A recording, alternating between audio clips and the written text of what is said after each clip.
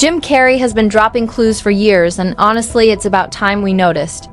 One of the weirdest yet laugh-out-loud moments of his career happened on Jimmy Kimmel. What looked like plain comedy was, I believe, Carrey giving us a hidden message under the humor. There's plenty to break down here, especially after Jimmy's shocking reaction. But first, let's roll back to the crazy clip that had everyone talking.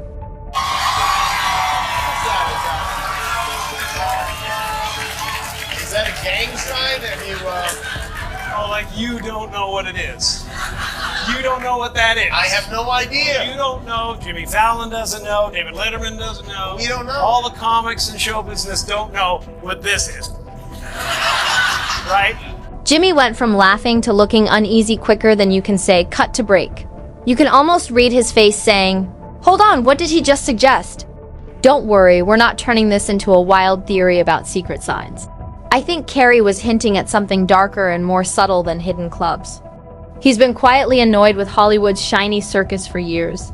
And on that couch, he basically shrugged and said, "See, hosts like Kimmel are part of the act, trained to distract you while the real truth slips out unnoticed." Imagine the arena the very moment Rome was on fire. Today's version is the glowing TV screen, endlessly looping, selling stories while the real issues burn in silence.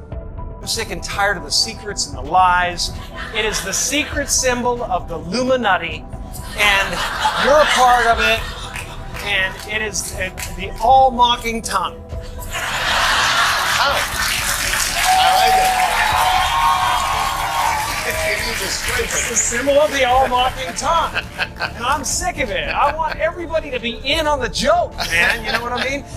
For years now, talk show hosts, people on television, people in sitcoms have been hired by the government to throw you off the track, to distract you, to make you laugh, and stuff like that, make you happy and docile, so you don't know what's really going on. He said it straight to Jimmy Kimmel's face, coated with just enough humor and slapstick to make it untouchable.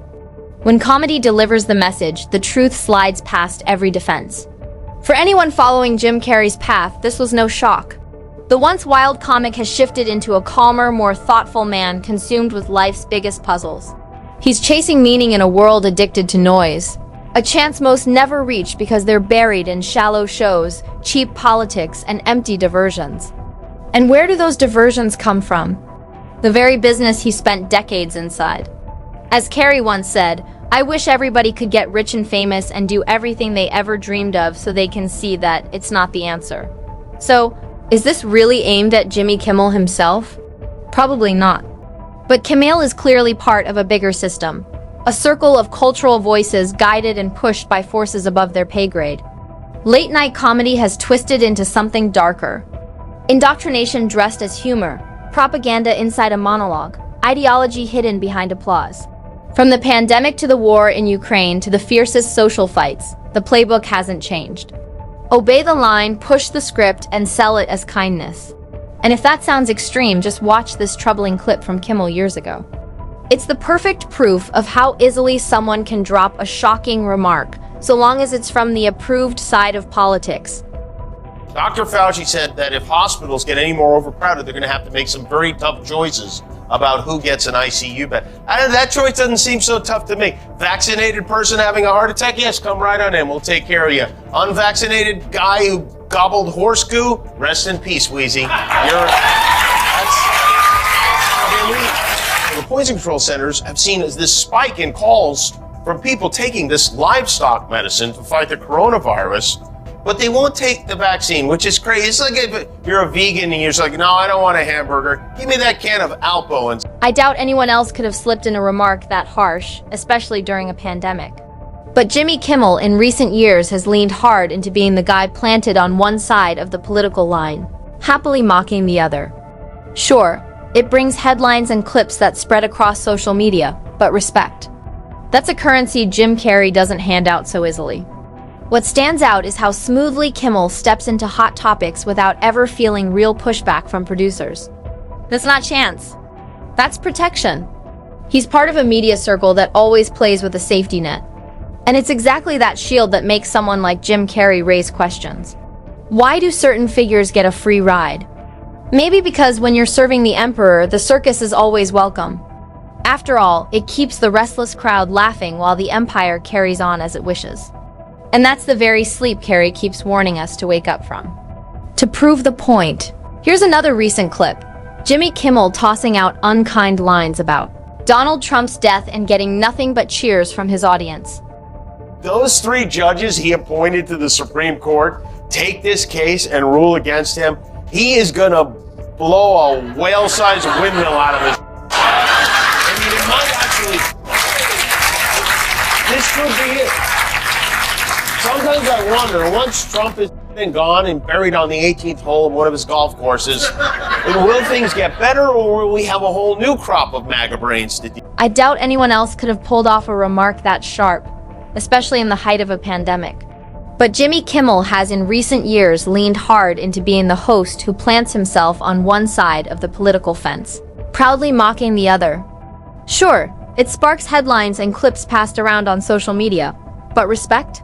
That's a value Jim Carrey doesn't give out so freely.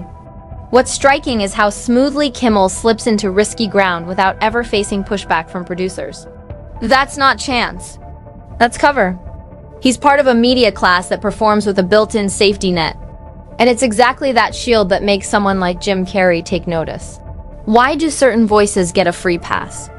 Maybe because when you're playing for the emperor, the circus is always welcome. After all, it keeps the restless crowd amused while the empire does as it pleases. And that's the very sleep Carrey keeps trying to wake us from. To prove the point, here's another recent clip. Jimmy Kimmel throwing out harsh lines about Donald Trump's death and getting nothing but applause from his audience. I sat on the lanai and looked out at the ocean, and at that point I just started going, okay, well, what can I do with this last moment of time? And I just decided to go through a list of gratitudes, and honest to God, I could not stop thinking of wonderful things that have happened to me and blessings that I've had. So it was lovely. It was lovely, and I got to a point of grace at about 2 minutes to spare when I found out it wasn't actually happening. And all I was planning to do was close my eyes and be thankful, because it's been a good ride. In the past several years, Jim Carrey's outlook has changed in big ways, shaped not only by age but also by deep loss. The passing of his girlfriend in 2015 forced him to face death head-on. And in that moment, much of what once seemed important began to collapse: fame, spotlight, headlines. It all starts to feel like a carnival you drift through, surrounded by quick thrills, where almost no one stops to ask why they're even there at all. And maybe that's the quiet challenge inside his words: to resist being pulled in by every new craze, every forced panic, every shiny distraction spun by the media machine. If we can break free from that spell, maybe, just maybe, we'll catch sight of something richer, something that truly counts. The real question